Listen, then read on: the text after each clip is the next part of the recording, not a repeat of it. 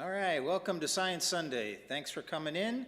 We've got a nice crowd here, and I'm not sure they're nice. I haven't talked to all of them yet. I have, and they are nice. They are Okay. nice. It sounds like you're in a pretty boisterous mood here. Yeah, I'm in a good mood today. You just celebrated your birthday a couple days ago, I know, and Yeah. so Yeah, I did. It was a nice quiet celebration, but that was nice. That's how they go nowadays. Yeah, my husband and I have birthdays just a couple days apart, so we make a whole week out of it. And this year we decided to do birthday month. Wow. So I'm still in a good mood because I'm celebrating. This could rapidly expand into something crazy, like a birthday year or something. Yeah, like that. Maybe when I turn 60, we'll do that. Wow. All right. Well, we brought a fellow that spent a lot of time on the railroad tracks to have some input on things. I want to make sure that we express that no one here is an expert, and you shouldn't take the points that we make or the statements that we make as statements coming from experts. We've looked into this topic. It has interest to us. Dan has a professional interest to it, but Dan Bailey is over here ready to come in and talk when we start moving on it as well too. I also asked Roy Gelder, who has a lot of current experience or not too long ago experience on railroads, and he was unable to make it. Another person I asked to come in and talk was Carl Nash from our community, who has been years in air quality in the EPA, and he had other concerns or other things he had to do as well today too, but he appreciated that we were talking about the topic.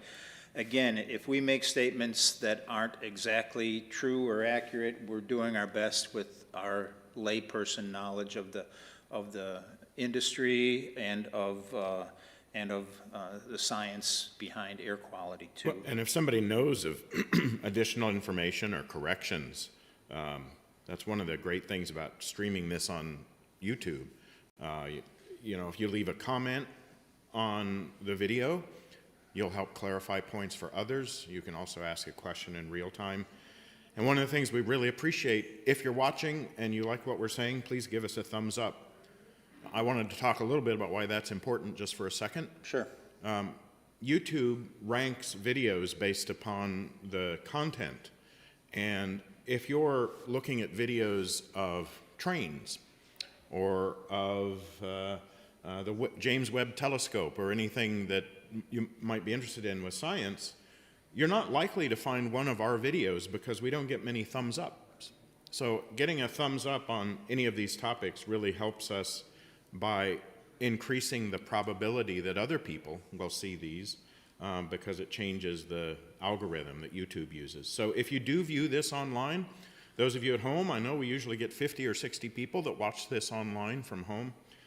If you like what we say, give us a thumbs up. If you don't, give us a thumbs down. Either way, if you can leave a comment or a thoughtful piece of feedback, it'll really help us reach more people over time. And if you think we're doing a good job here, help others discover it as well. Right.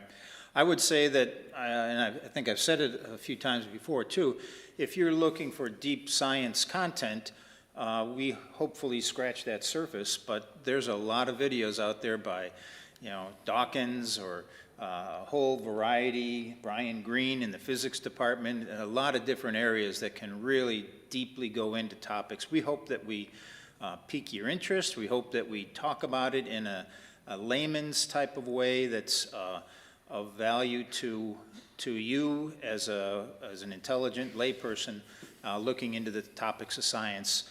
And so that's our emphasis, and we hope that And a nice interest. person, our audience is apparently. And they're nice people too. That's right. Yeah. So there is. It was an interesting topic for me to look into. I have spent a lot of time looking at a bunch of videos about what went on in East Palestine, and maybe you have too. There's been questions about even how much media attention went into it, and maybe that it was kind of brushed aside or said everything's being taken care of, and it started getting fairly political fairly quickly. I don't want to get political about this at all. Okay. We'll try to stay away from that as much as we can. But it is an interesting science topic, why trains do what they do, how they get the power to do what they do, what goes on in that, and what keeps our train system safe. And so all of those are interesting topics that I learned a lot about by looking into it. On February 3rd, just over a month ago, a freight train derailed in East Palestine, Ohio. It was a 150-car train. It was operated by Norfolk Southern. It was carrying 20 cars of highly flammable toxic chemicals and a whole variety of other items too.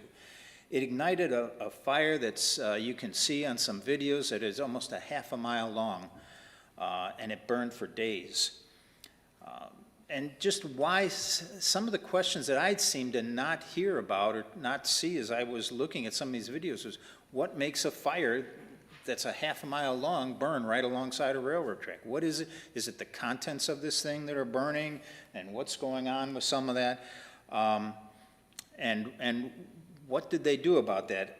It was 3 days later, on February 6th, officials with the Ohio National Guard and the U.S. Department of Defense, worried about the tankers that hadn't already combusted, instituted what they called a vent and burn operation.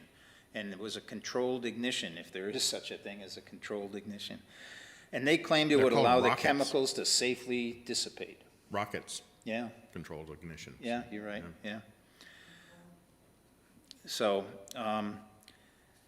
about 1,500 people had already been evacuated after the derailment, and hundreds more followed suit just before a fireball erupted, sending a black plume of smoke over the region. And that was the thing that you saw on a lot of the videos, and that was, the amazing thing that captured people's attention and was always on all the news things. And evacuees returned home a few days later, and they were told that all testing that was done showed that there was not much residue in the area, but they started complaining about burning eyes and different things that were going on, a burning sensation in their throat, and layers of soot all over, and also the creeks filled with dead fish. And some of the politics of that went on, where people said, something like 45,000 dead animals are there, and other people were saying, well, many of them are minnows or something, so it gets to the politics of, what's a life in a how many animals are dead and why they called it what they did. Should you, count each one or measure it by weight? Right, yeah. So, and so anyways, a lot of that was going on, and I wanted to talk about some of the issues that came up to me were somewhat of interest. This train was operated by Norfolk Southern, and it was about almost 9 p.m. on February 3rd, so pretty late in the evening. And it was only about 50 miles, actually, from its stop, which was Conway, Pennsylvania. East Palestine is like, half a mile from the Ohio-Pennsylvania border, and the train pulled ahead after the derailment. The locomotives in the front part of the train pulled ahead and stopped only about 1,000 yards from actually going into Pennsylvania. Does that mean there's a West Palestine in Pennsylvania? I don't know. I'm going to look that up. Yeah. So anyways, the things that were going on with that were interesting to me is, why did this train derail right in this small town? What was going on with that? And I started looking into some of the incidences of what was going on with that. And maybe you've heard some of this. There's talk about, it was the 23rd car that happened to be a tanker car and had a wheel bearing failure. And I hadn't heard this at all before, and this is where a lot of what Dan's experience may help us out in some regards in this way. But they have what they call our hotbox detectors. I'll show you a couple pictures here. This is a bearing of a train bearing. So these are called roller bearings. They're tipped at a certain angle so that they have constant pressure and force on the axle of the wheel. And these things can be replaced and repaired up to 5 times. I saw a video that showed exactly the whole procedure they go to replace and repair these bearings. They can do it right out on a train track, and when they need to, but typically they go through some overhaul when they're pulled off the train. The odd thing that maybe captures a lot of the problems is that one company owns the tracks that the train rides on. Another company operates the trains, Norfolk Southern.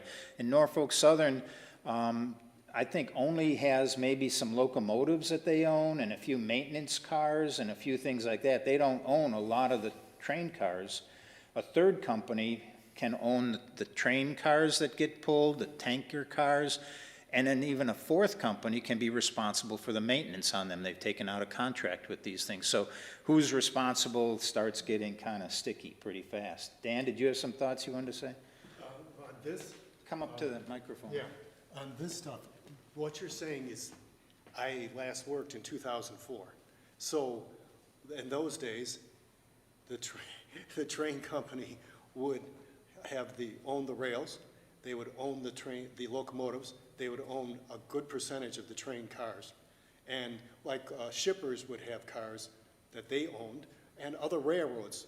So the Norfolk and Southern would be pulling train cars that belong to the Burlington Northern, to the Union Pacific, to all these different, and little bitty railroads.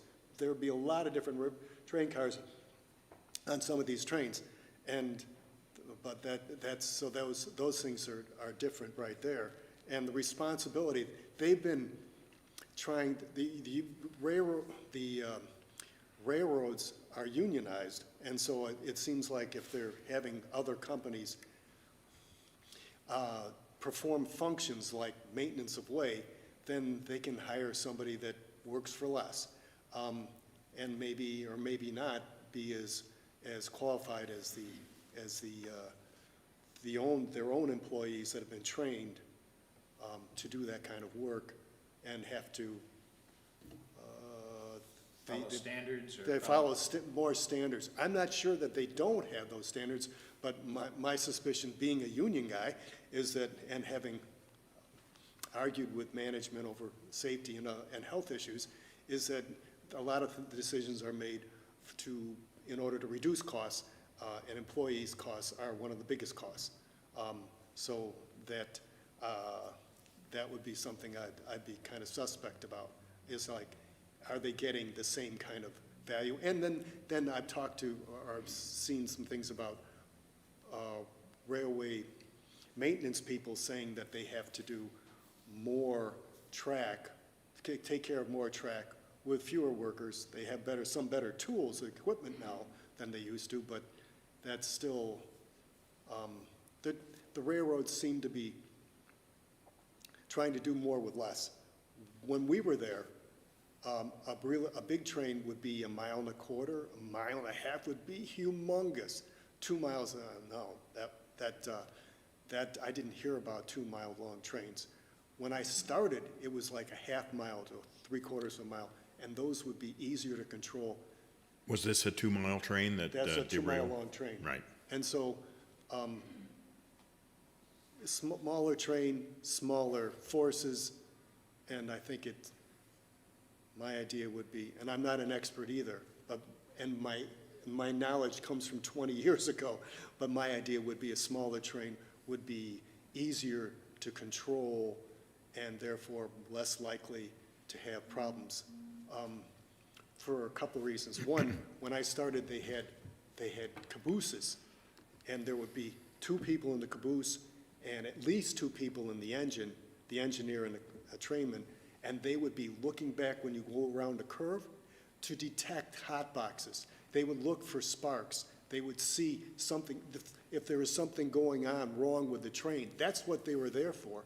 But they got rid of the caboose. They got rid of the conductor's now sitting on the head end of the engine. So instead of 4 or 5 people on the train, there are 2 people, and the train companies are trying to reduce it to 1 or none.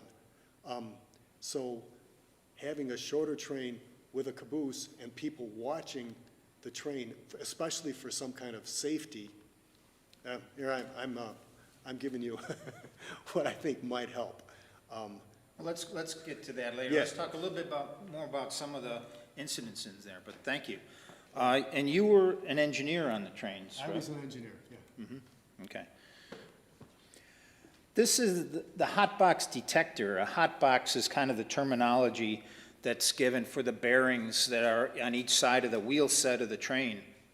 And if they gain too much heat, if there is problems with the bearings as they spin and try to make the axle run freely, as they just go through their general wear and tear of years and years of working in a dusty, sooty environment, then the bearings can deteriorate, and as they deteriorate, they can start having more and more friction, which can build up to more and more heat.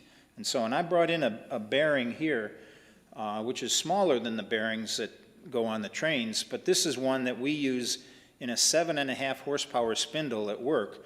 And I had Scott work with it a little bit, and it runs pretty smoothly. You can see how this lets the inner part of the spindle spin around at high speeds, and this contains it inside a larger housing. So as these things get dust and dirt and contamination, rain and different things on it, then they start losing their effectiveness, and they can check for heat while the train's running with these hot box detectors. These are two different styles of hot box detectors. This one we took out of the machine. It doesn't feel too bad when you spin it, but it was not good enough for us. It caused vibration and so on that made our parts not as smooth finished as we'd like.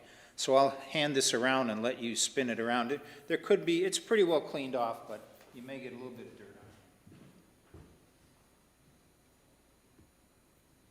it. If you spin it, it'll feel pretty smooth, but not as smooth as we want.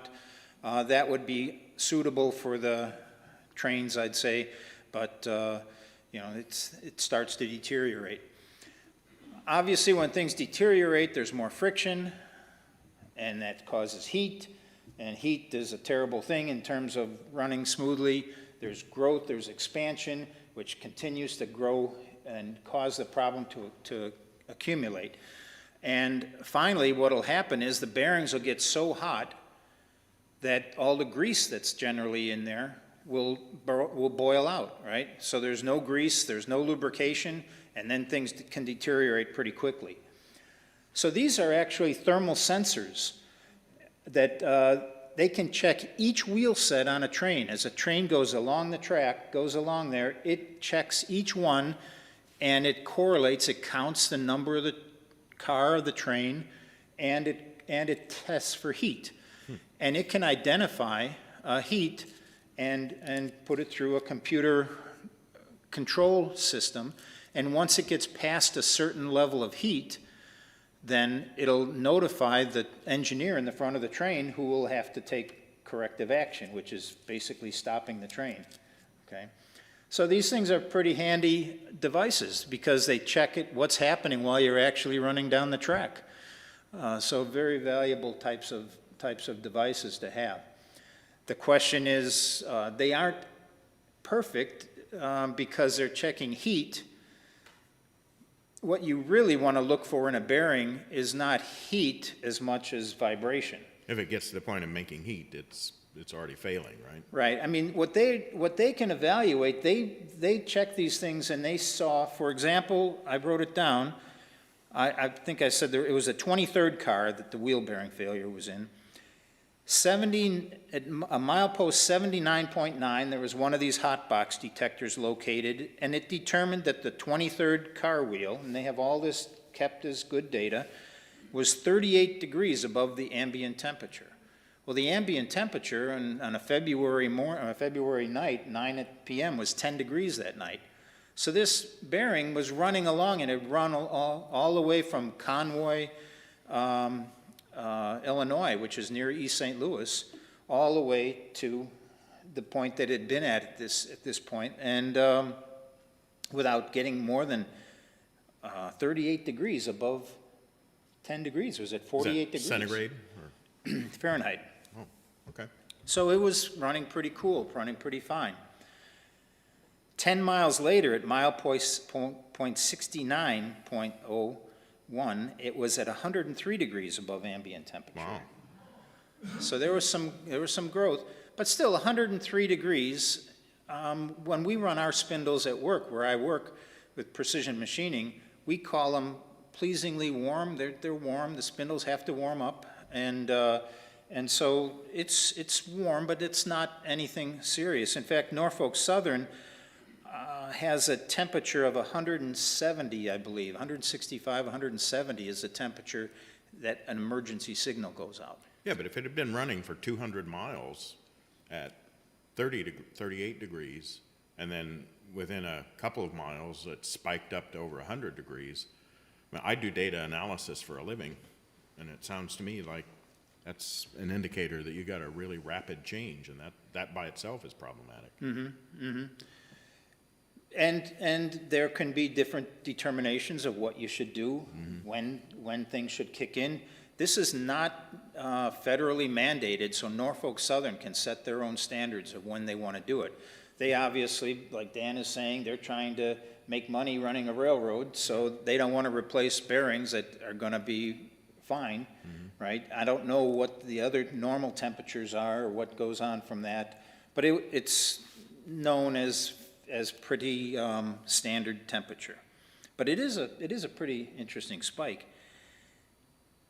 Finally, just before East Palestine, there was another hot box, and it gave a reading of 253 degrees above ambient temperature.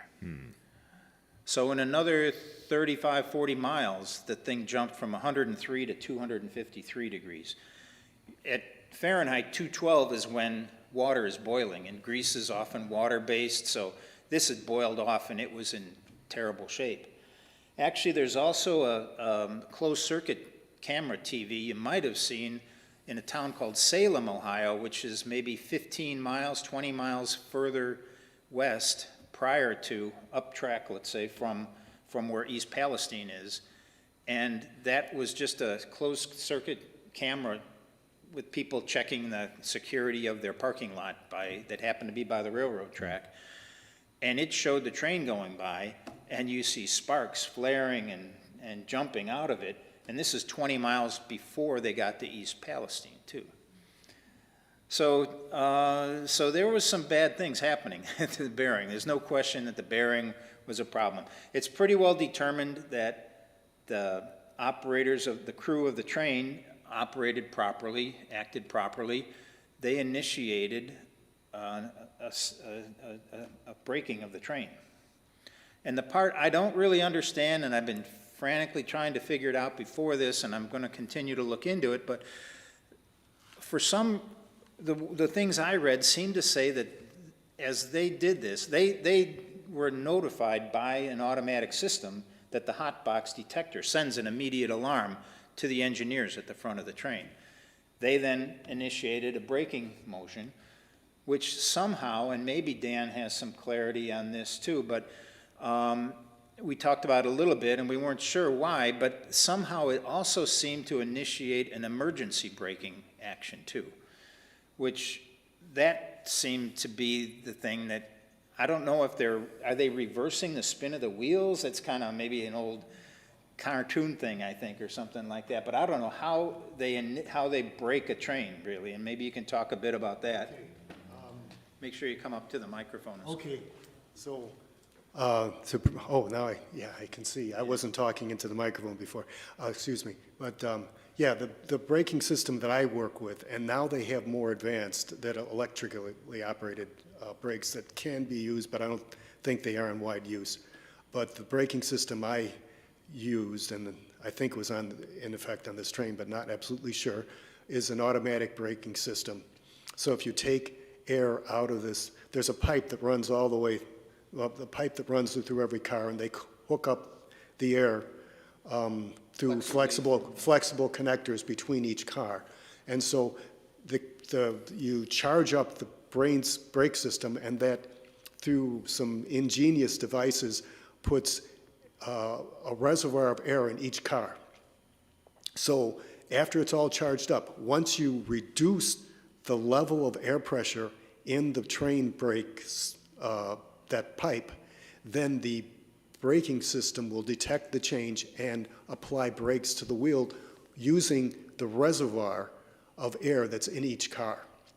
And that's an automatic brake system. What happens is if there's a problem with the brake system and let's say there becomes one of the couplers between the cars comes uncoupled, all of a sudden it drops to 0 right there, and then that initiates an emergency brake application from wherever the hole or the break in the air pressure system is. And that can sometimes, when I was there, and that was 20 years ago, when I was there were some cars that sometimes were not perfectly maintained, and so the mechanism might be a little hair-triggered, and it would go into an automatic emergency when you just wanted to do a regular, gradual stop. And so that could be, if it actually did go into an emergency brake system, it might have been from something unintended. Some other car or something. Yeah, some other car that just wasn't, the brakes weren't adjusted properly. There's other things. Sometimes the couplers get stretched too much or compressed too much, and then that opens up more of an aperture or a gap, and then that can make it go into an emergency air brake application. Can one car stop 2 cars worth of payload?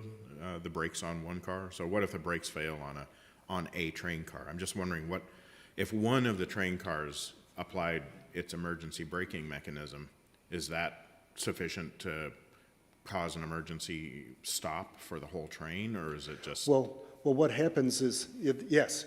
Short answer, yes, and let me make it a little bit longer.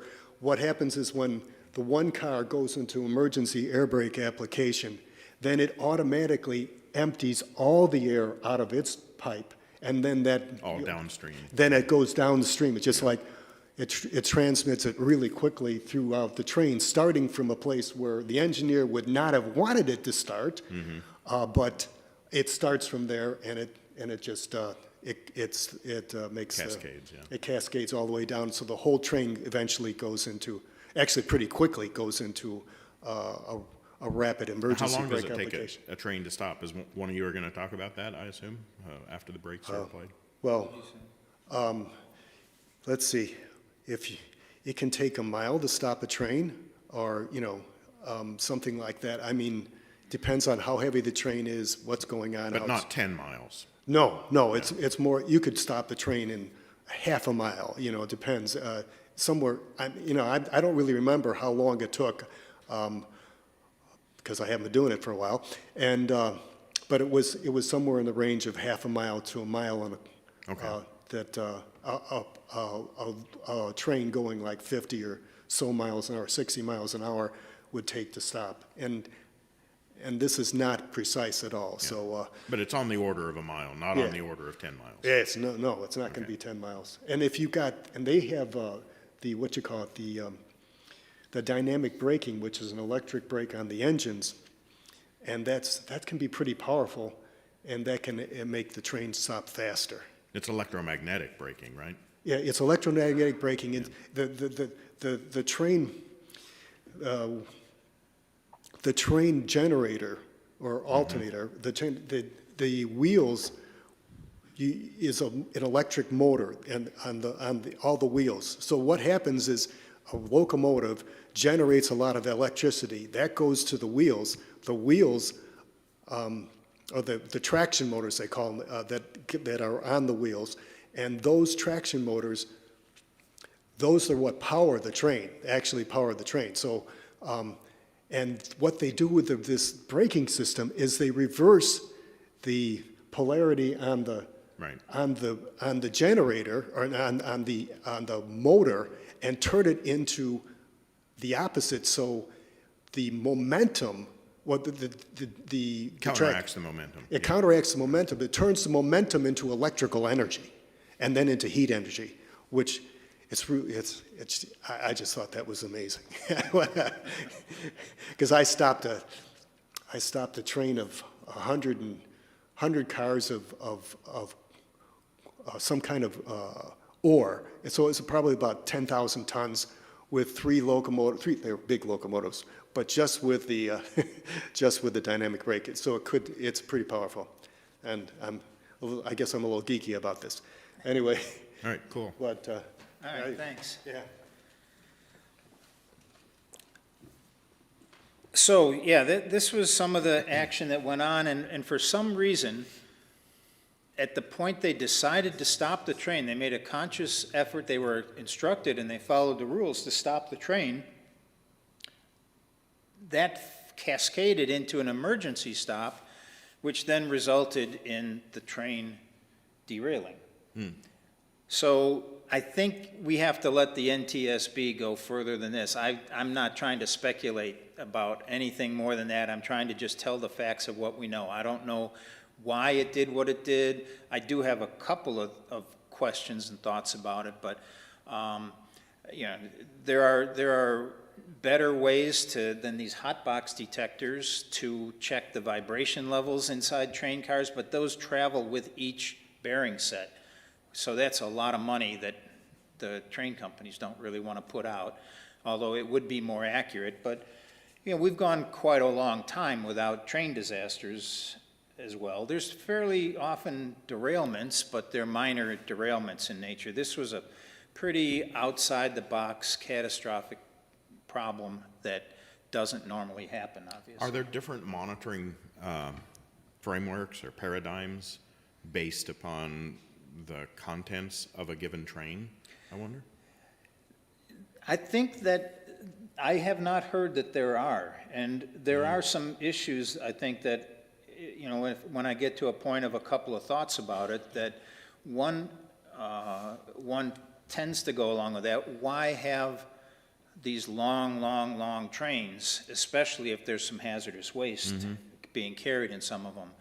And part of it is money savings, that if you can have a train and you can pull along 150 cars rather than 80 cars, and you have two, in this case there were three, there was an engineer and I believe a conductor and a conductor in training on this ride at this point.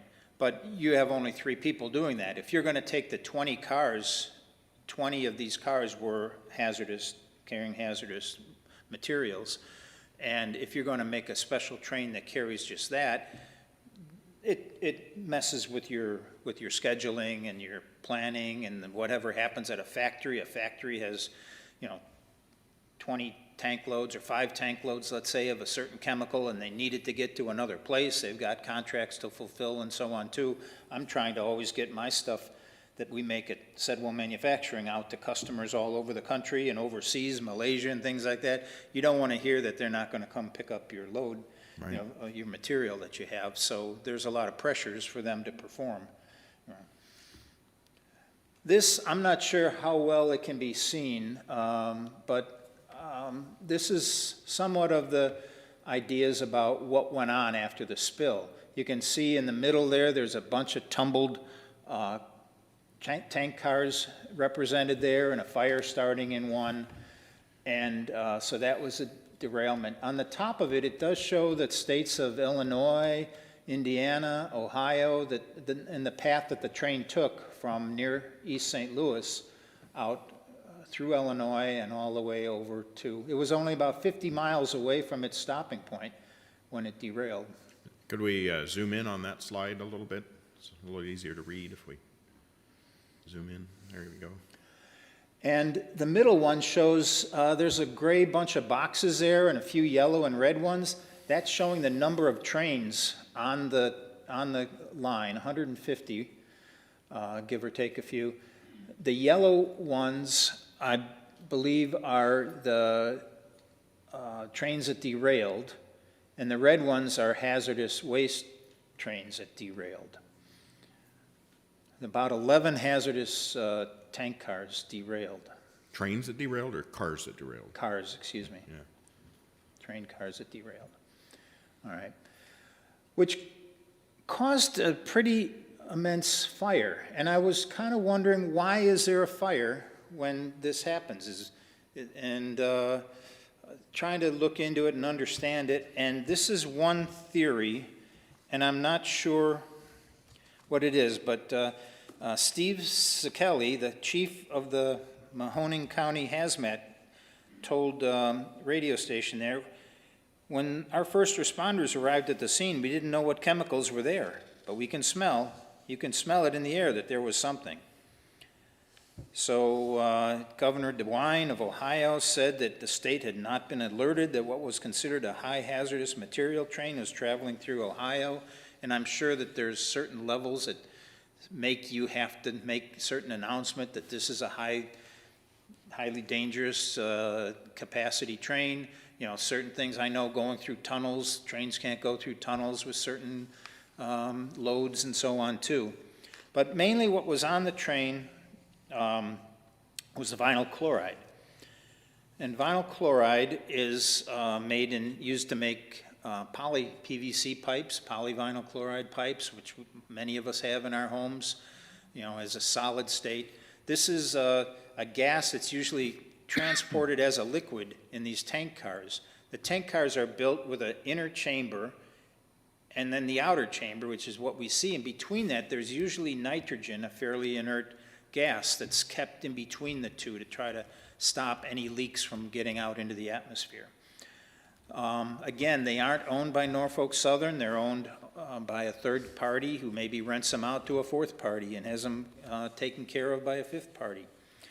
But anyways, the vinyl chloride has the potential, and this, if you're at home, you can maybe get even closer and spread it out and see the vinyl chloride travels as a monomer, and it's on the bottom left there, and it's got basically chlorine and hydrogen and carbon in it.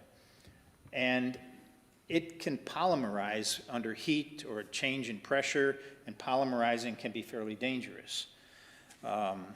That's as far as I want to get into the chemical knowledge of it. I don't want to go too far. But so one thing that I saw, and I'm still wondering what makes this all burn, and why is there a half-a-mile length of fiery train cars, you know?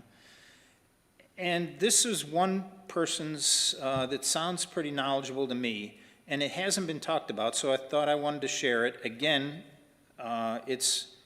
I'm not an expert and can't vouch for it exactly, but I want to say that this made a lot of sense to me when other things weren't making it that much sense.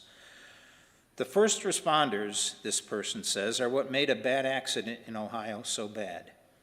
They called CSX, which is the company that owns the rail lines. So they knew that CSX was responsible for these rail lines to find out what the train was carrying, and CSX couldn't tell them because it wasn't their train. It's a Norfolk Southern train. They also didn't call the National Hazmat Emergency Hotline because they didn't know to do that. So they went in and tried to extinguish the fire with water. Hot vinyl chloride, when exposed to water, creates phosgene gas, the chemical weapon of choice during World War I, and absolutely lethal. It was used in the trench warfare in World War I. It's not the main product. It's a minimal outflow of phosgene. It usually makes hydrochloric acid and carbon dioxide. Just acid and, Right. Yeah, right. But it, you know, and hydrochloric acid is at different, strengths and so on too. Yeah. But, so that's a little bit, you know, it does make phosgene gas, but it's not the main output of it. The phosgene, you can't use water on hot vinyl chloride until you shut off the supply of it. They realized something was wrong and retreated from the site. The hazmat experts couldn't immediately enter. So once this is going, now they've got a real conflagration and gas, and they were overcome by things, and they weren't prepared for this, so they backed off, right? This was, again, Friday.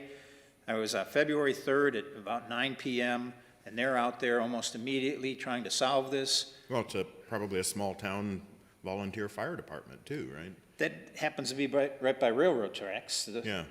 You would expect people to know what to do about this, or, you know, to some extent, right?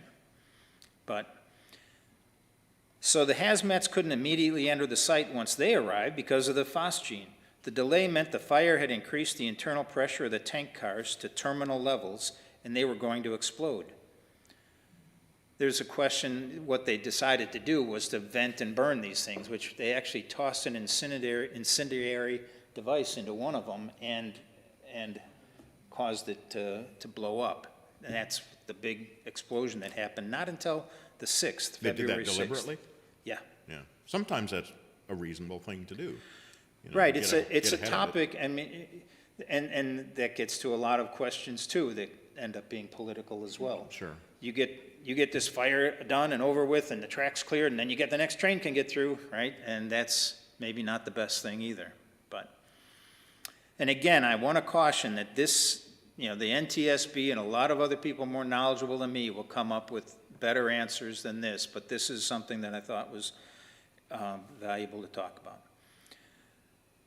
So that's what led to the expanded evacuation order a few days later. They said that they were going to explode. They were measuring the heat and the pressure inside these tanks, and they know what temperature and pressure they were, the chemistry of it is that they'll explode at. Yeah, and the tank cars can only withstand so much internal pressure. Right. So this man said, I'm on the other side of an adjacent state, and the mass casualty crews in his area were all called up in anticipation of the explosion. It would send shrapnel, right, parts of the train cars through the town. It could have been, very catastrophic, very, very dangerous. So the hazmat team decided to rupture one car with the highest pressure using a small demolition explosive and an incendiary device to ignite the escaping vinyl chloride. The other cars had their safety valves broken by the intense heat, and those cars were pierced with conventional tools, and the vinyl chloride was ignited. I heard that they prepared some trenches and maybe had some mats and things underneath it so that it wouldn't seep into the ground, and then got much of it into the trench, and then had incendiary devices ready inside the trench, so when it poured into there, then it could explode in there. The vinyl chloride was burned as it left the cars to prevent it from entering the groundwater. Burning it obviously isn't ideal, but it's infinitely better than letting it leach into the soil, and it absolutely had to be let out of the tank, so the explosion would have destroyed a big part of the town. This man's opinion, it was the best option among bad options. The accident itself should never, ever have happened. There's no excuse for it. The railroad doesn't own most of the cars on the rails, mostly coal hoppers and maintenance cars as well as the locomotives.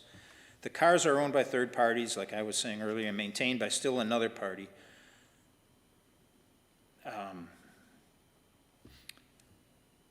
Then there's questions, what caused it or something else, but there's time to look into that and see what's going on. It's not a mini Chernobyl in this person's opinion or anything. There was a release of some amounts of gases that are not harmful or not helpful to people's lives. They are taking tests. The Norfolk Southern came in with their analysis devices.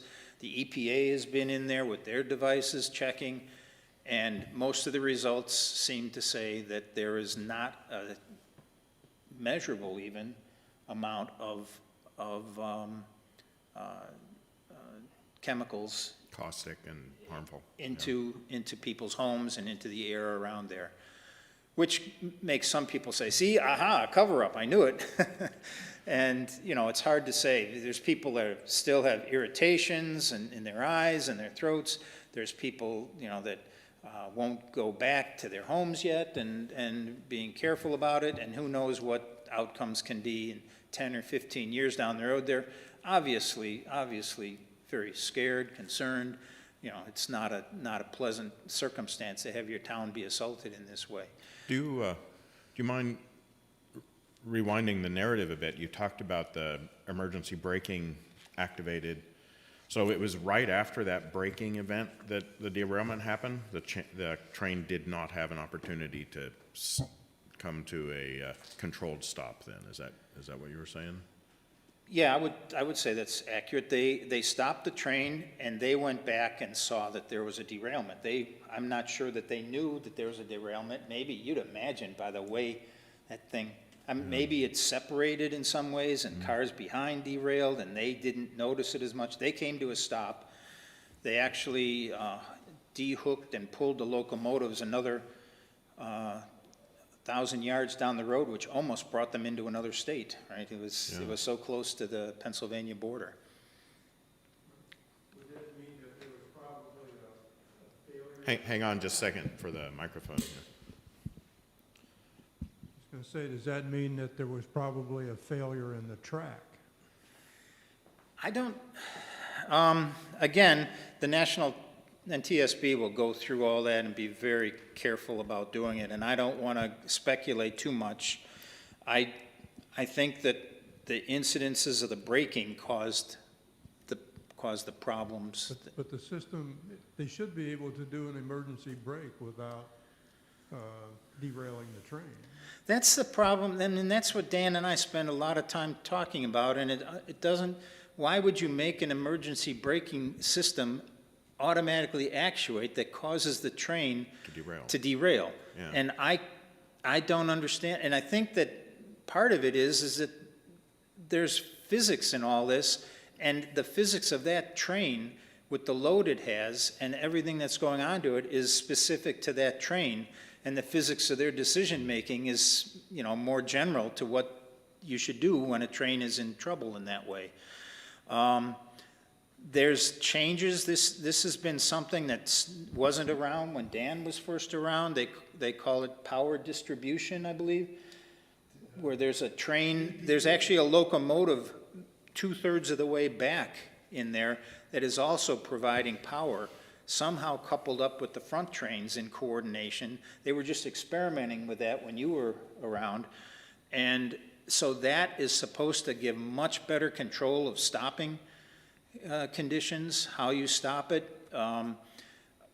The more, I mean, the basic physics that you can say is the more mass you have moving along at a speed, and it was going 47 miles an hour, which is below the 50-mile-an-hour rate for it to go through East Palestine. It was not malfunction. It was not breaking any speed rules or anything like that.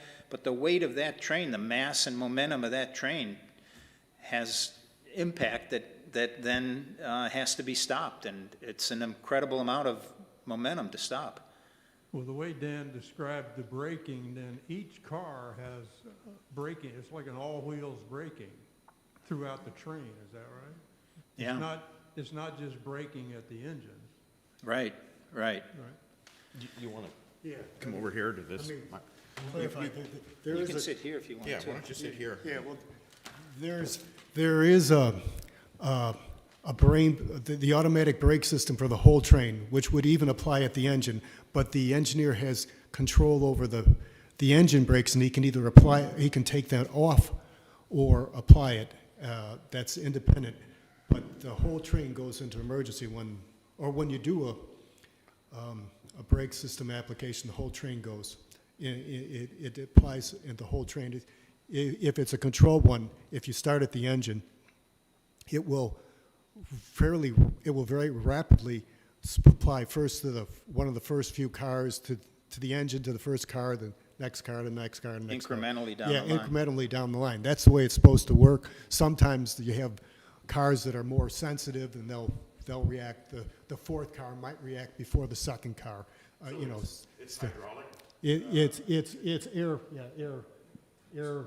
But it's not electronic. No, the electronic ones would be. You can be That's a- normal. You don't have to be that close. Okay, the electronic ones, I think I don't think they're in wide use now. Like they were talking about them, I guess, for the past 20 years. But if that was the case, then you could have had much more control. It is a question in terms of just trying to understand. My puzzlement is, I think, what you're saying. How is it that you decide to stop a train, and then that causes it to derail? And I may be misleading. I don't want this to be taken in any other way, but that would be something that I would look to have explained to me, why that can be and what happens with that. A question behind? Oh, hello? Yes. Is it on? Okay. You had mentioned earlier that the governor had said that they were not alerted that there were hazardous materials cars coming through the state of Ohio. As a tangent to that, I have a question about, are there different or additional protocols for hazardous waste cars, or different braking, or different types of cars or things like that when there are hazardous material cars coming through? You would think that a hazardous, like, I don't know, you said about 10 cars were hazardous materials? I think 20 were, and 11 of them were derailed. Okay, so if you have a 2-mile-long train with 20 cars that have hazardous materials, you might think to handle those cars separately or differently. And I'm wondering about the different protocols for those kinds of things, and if those were clearly not, listened to or whatever in regards to, I mean, they should be handled differently. Quite frankly, they should have maybe different braking systems, maybe double up on the braking systems, more employees watching for like we were talking earlier. Things just should be different for these cars versus a car of coal or something. Yeah, and that may come out. I find it hard to imagine that you can't stop any one car faster than any of the other 130 on the train or something like that, too. So it's a whole moving unit that probably has to be treated as one. I would think, in my opinion, that the trains at the length that they're at, which is fairly new, that's coming along as a newer tactic now in a money savings type of effort, is putting some concerns in terms of how do you know that the train can do the things it has to do. I was wondering, I think that there probably will be recommendations, again, and I'd rather leave it to the NTSB to say what it should be, but it could be that trains that have, more than one or two hazardous materials on board, cars with hazardous materials maybe have to be a separate train or something like that. There are possibilities. That's at least something to look at, and but we're after the almighty dollar and so on too. So there's issues like that. The other question I had before Joanne asked her question is, I was wondering why you have a hot box detector right before a town. They saw 18 miles before this or so, 20 miles before this, in Salem, Ohio, they saw in this video, in this closed circuit TV, they saw sparks and immense amount of flame underneath one of the tracks. I was wondering, and I talked to Dan about this, and I talked a little bit to Roy about this too, and Roy is being very careful about what he's saying. He's willing to wait 5 years to hear what the NTSB has to say, and that's understandable. I don't blame him for that. But I don't know why you have a hot box right before a town. What if it had been 5 miles before the town, and then they noticed how terrible things were, and then slowed the train down under normal braking systems, knowing what was going on? Or if they had the hot box, if everything went exactly the same, the train could have derailed, everything could have been exactly the same, but not right in front of a town. It seems like the hot box in front of East Palestine told the engineers to hit the brakes, which then helped incur this tragedy. So, I mean, I was asking Roy, you wouldn't put a hot box like 100 yards in front of a bridge that goes over a chasm out west or something like that, right? That, now you got to put the emergency brakes on right before you go over the bridge. You'd want to have it 2 or 3 miles before this bridge.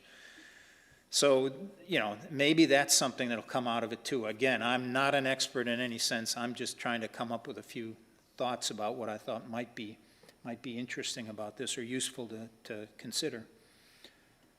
Any other points about that?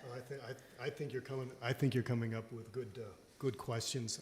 My question would be, well, I think somebody has already talked about it.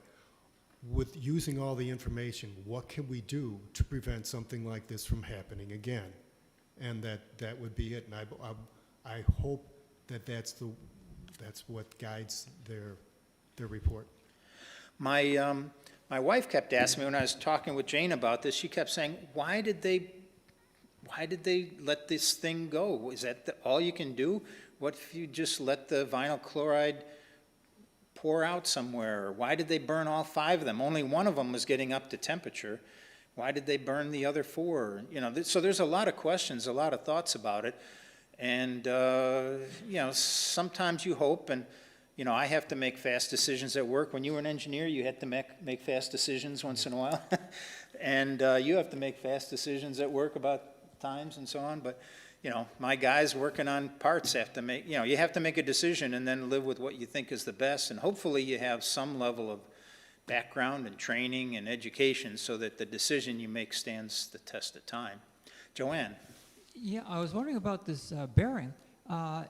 We do know that, you know, when a bearing really seizes up, it just, everything stops. Yeah. So is it possible that essentially the front end of that car stopped, and so it was stopping before everything else was happening? And so all of a sudden you've got 2 miles of train smashing into one car that is in the process of stopping, while the rest of the train's going on very nicely.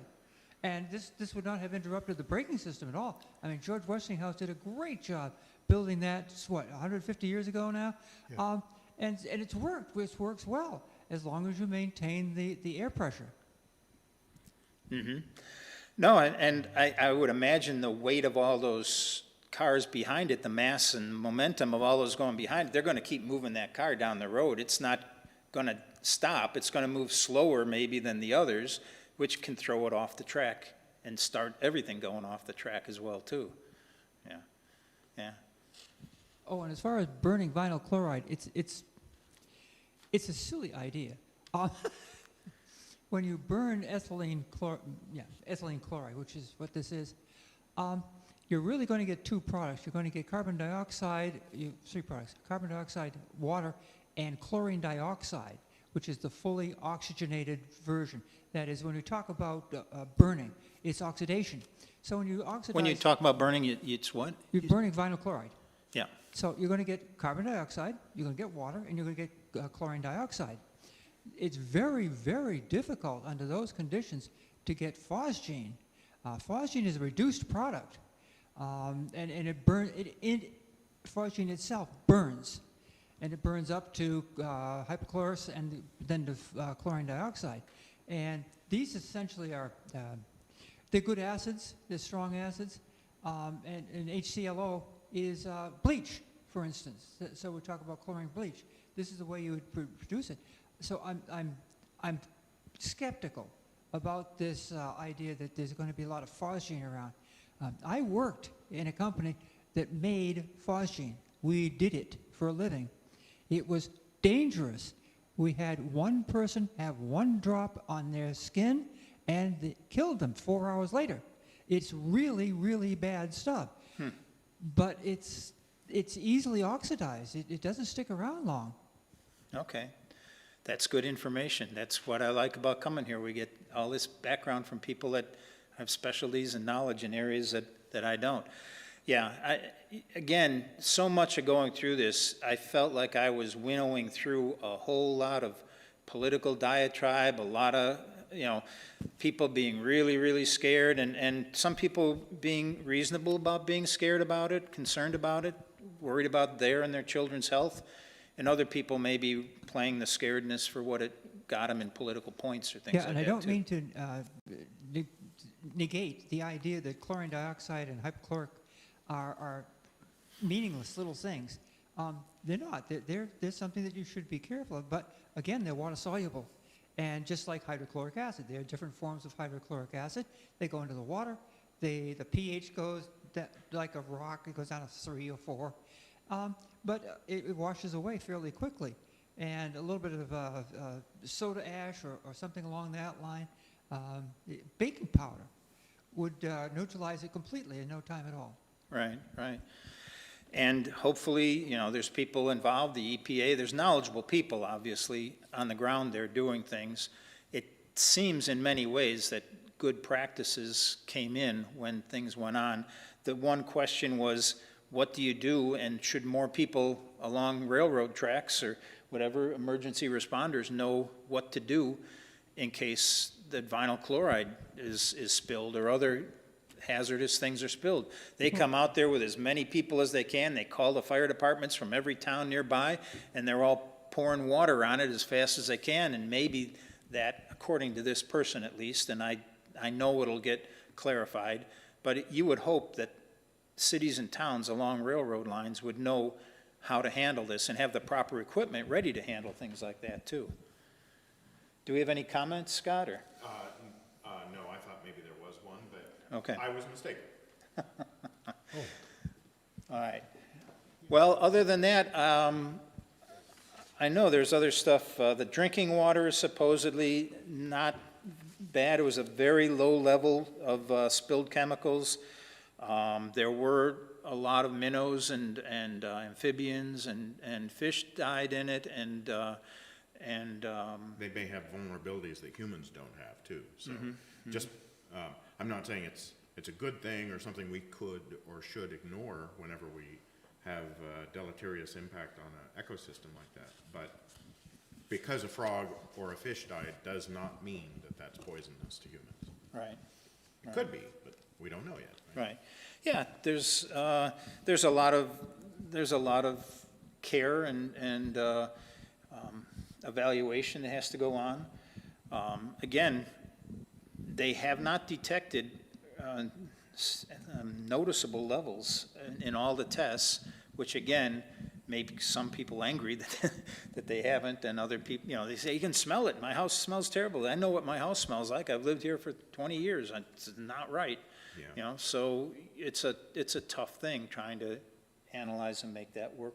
Well, like well for Joanne said people. with vinyl chloride, if it's eager to grab oxygen, then if it goes into the water and it grabs some of the oxygen that's in the water, then things that live in the water could suffocate from that, right? If you get a big chemical dump into water. So there's many reasons that something could be dangerous. And I certainly don't intend to minimize it, but that's where science comes in. You say chemicals. A train was carrying chemicals. Well, a chemical could be water, right? Chemical could be something relatively inert, like coal. So I think that sometimes when dealing with these from a public relations standpoint,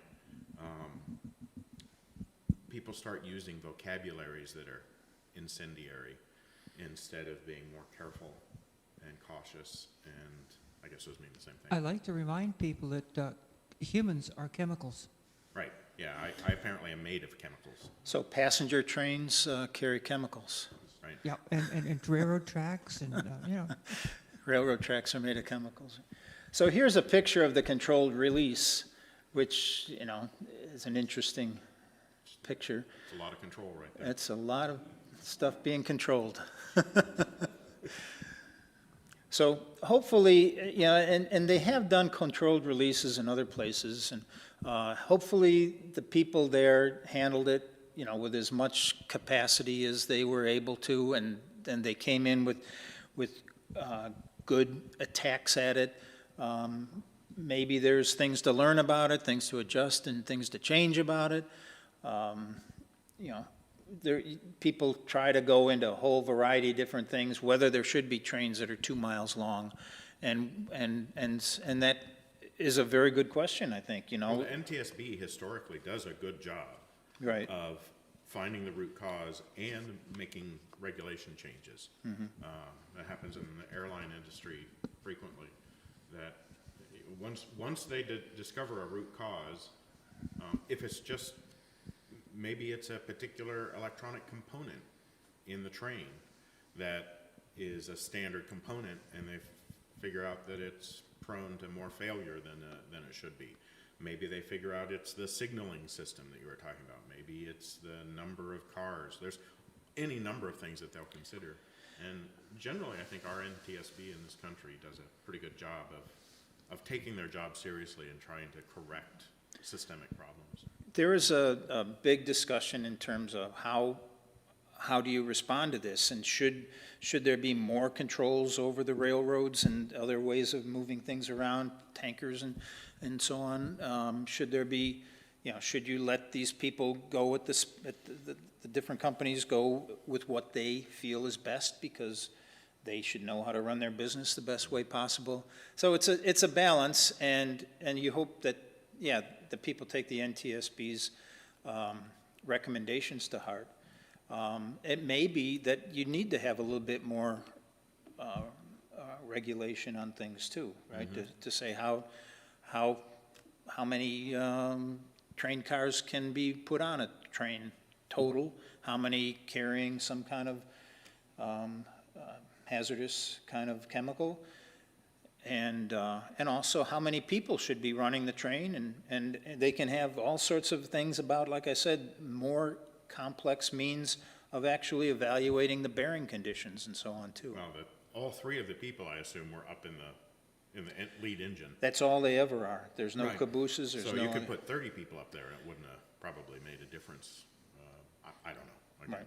I don't see the results of the... No, but if you have a shorter train, and Dan, you were telling me that your training was when you went around a curve, if you didn't look back and see around that curve to look specifically for sparks coming under the wheels, you weren't doing your job. You know, and then when you went another train on the other side, when you took a turn the other way, you were instructed that you had to look back, and people were supposed to look forward that were in back too. So now the trains, there's no way you can see back for 2 miles and see the things that go on. And there aren't people at the other end of the train. And there aren't people at the end of the train anymore, right? So, hopefully this was interesting to you. I liked studying it. There's really some nice things on YouTube if you just do the East Palestine train derailment. If you talk about bearing replacement in trains, they show this fairly complex method of how they take these bearings and repair them and get them back so that they're back in good shape again. I'm like- sure that there's a few on this train that Is won't it be like repaired. repairing a tire on the side of the road? They can bring out a special lift vehicle that puts a platform between 2 rail cars and lifts up that train in that point. So they're called wheel sets that have 4 wheels, 2 sets of wheels make a trolley, I guess. And so they can lift that up, and they can actually, this whole thing is just on there by gravity. So that you can lift the train off the wheel set, come in with a repair wheel set, put in a whole new 2 wheels in there with a special kind of It's called long a truck, jacking isn't kind of it? thing. The wheel, I've assembly of the heard them truck. called that, yeah. Or, you know, and so the whole thing is just sitting on a pin and rotating and moving on a pin like that, a big pin. So, yeah, they can do repairs at the field, and that's what I think they do. If they detect something like this, a bad bearing, they'll replace it. They'll stop the train and replace it right on site. They may do that now. When I was there, we would take the car and carefully put it onto a siding, because there were sidings in more locations than there probably are now.